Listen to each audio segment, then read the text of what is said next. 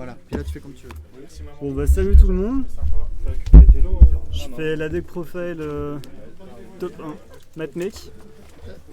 Matmake c'est un super deck. Super deck. Abonnez-vous à Matmake. Non déplaise à ceux qui décrivent le deck.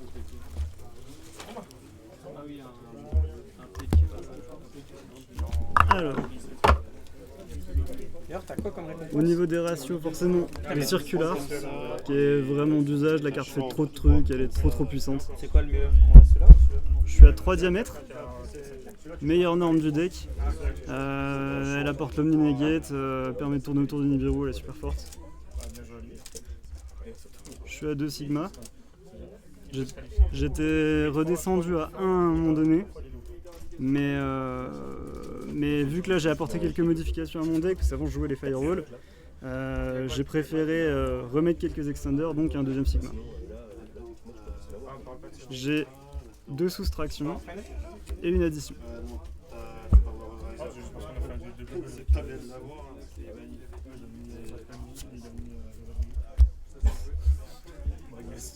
Ensuite, forcément on joue une fois la magie, une fois la piège. Je suis en train de me poser une question là à force. Est-ce que vraiment la magie elle est toujours aussi utile?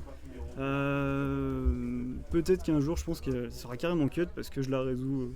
J'ai jamais besoin vraiment de la résoudre en fait. Puis bah, la piège forcément beaucoup trop forte.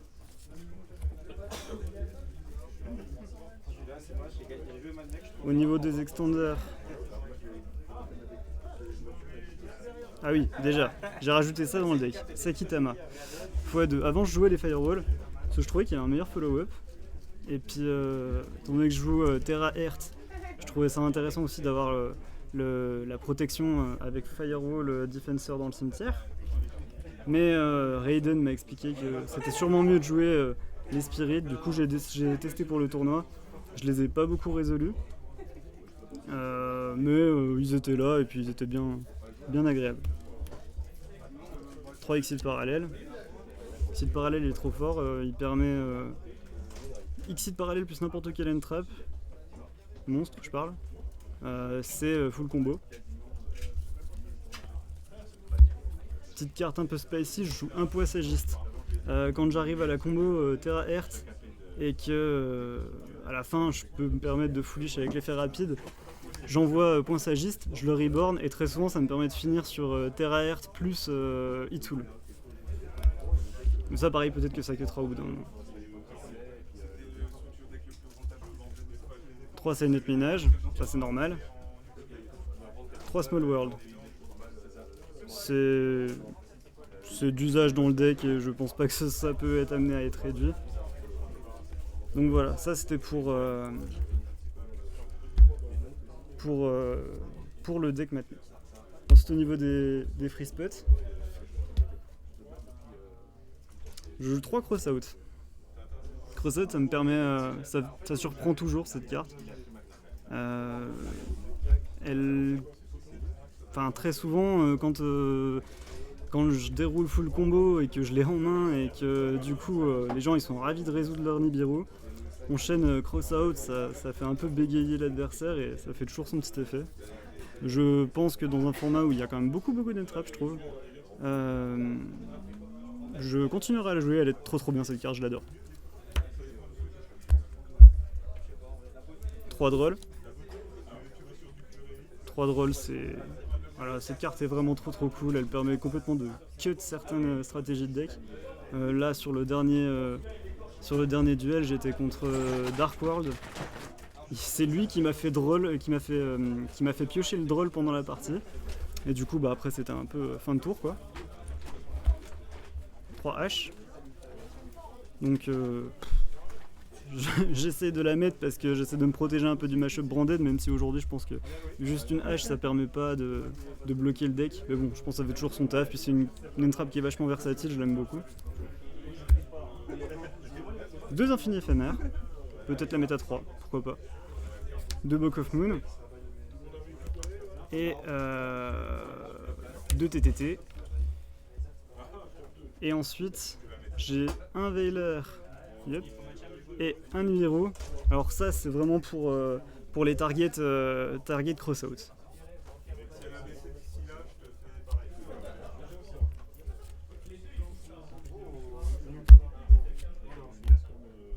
Ensuite au niveau de l'extra deck, je joue 2 à Lambertien. J'ai vu beaucoup de listes qui le jouaient qu'à un seul, mais je pense que ça sert absolument à rien. La carte elle permet de relancer les combos de Matmec et puis c'est vraiment si on arrive à atteindre le fameux 3e tour de Matmec, cette carte elle permet de repartir vraiment, elle est super intéressante. Un Laplacien pour assurer le tour 2. Ce qui est intéressant c'est qu'aujourd'hui je l'ai résolu quelques fois sans la piège. Je l'ai résolu avec simplement en faisant les extends puis presque T1 quoi. C'était sympa.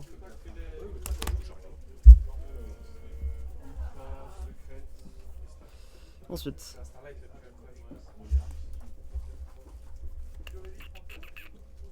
au niveau des liens, je joue un Almirage.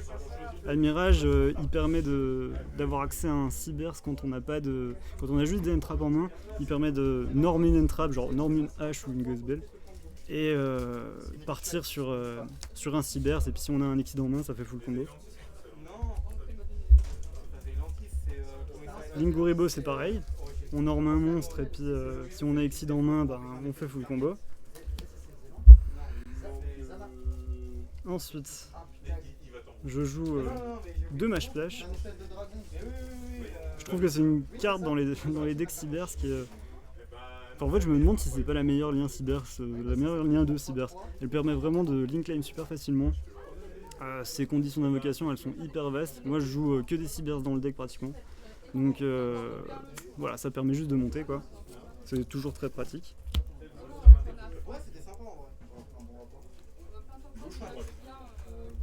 Forcément, je joue le package Access Code Update. Voilà, ça claque des gros ETK, on met des grosses baffes quoi. Au niveau des autres décodeurs que je joue un décodeur lien. Celle-là, elle permet toujours de repartir sur des extends. Souvent, le board sur lequel j'ai fini, c'était très souvent transcodeur plus décodeur bavard. Et c'est cette carte-là qui permet vraiment de le faire. Décodeur bavard chaleur âme et transcode. Faut savoir que du coup, avec tous les free spots que j'ai, décodeur bavard chaleur âme, c'est beaucoup trop fort. Et en plus, avec transcode, quand ils sont colliés comme ça, ils deviennent inciblables les deux. Et lui, il est à 3300 et lui à 2008. Donc c'est super intéressant. Et puis, enfin, pour terminer, je joue Terahertz avec les 2 targets Terahertz. Étonnamment, c'est la première fois qu'en tournoi je l'ai aussi peu sorti. Elle m'a pas servi à grand chose à part sur un seul duel. Mais voilà, je pense peut-être qu'au bout d'un moment elles seront cut en fait parce qu'elles m'ont vraiment pas servi à grand chose. Au niveau du side deck, je joue 3 cosmiques, 3 Ghostbell, 3 à force égale,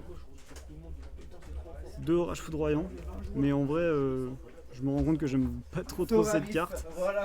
C'est très vite une grosse brique et elle chaîne pas, elle est pas spécialement intéressante. Un plumeau de Damarpi, trop cool, et puis 3 livres de l'éclipse.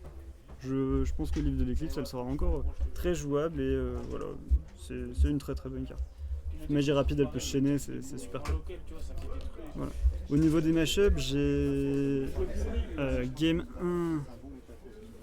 C'était un branded springant un peu avec des super heavy samouraïs, c'était un peu particulier. Pas spécialement de difficulté. Game 2 c'était héros. Pareil, pas spécialement de difficulté, rien de particulier. On est juste parti sur un play access code qui fait mal quoi. 3ème game c'était Chimera branded. Pas de... pareil, rien de particulier non plus. Il m'a norme une Chimera, j'ai fait une perme dessus, donc fin de tour et puis après j'ai pu dérouler quoi. Puis dernière game du coup c'était face à un Dark World. Donc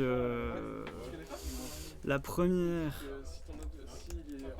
La première, je pars first, j'arrive à résoudre un Laplacien. Donc Omni-Negate, puis je vire le terrain, bref, ça s'est plutôt bien passé. Il avait rien pour remonter derrière. Deuxième game, j'avais pas une main énorme, pas spécialement d'entrap, beaucoup d'engine. Il commence à dérouler ses combos, etc. Puis il y a une carte, je sais plus laquelle, qui permet de faire draw aux deux adversaires. Il m'a fait draw un droll que je résous immédiatement, et puis du coup après c'était fin de game, quoi. Voilà. Et puis voilà.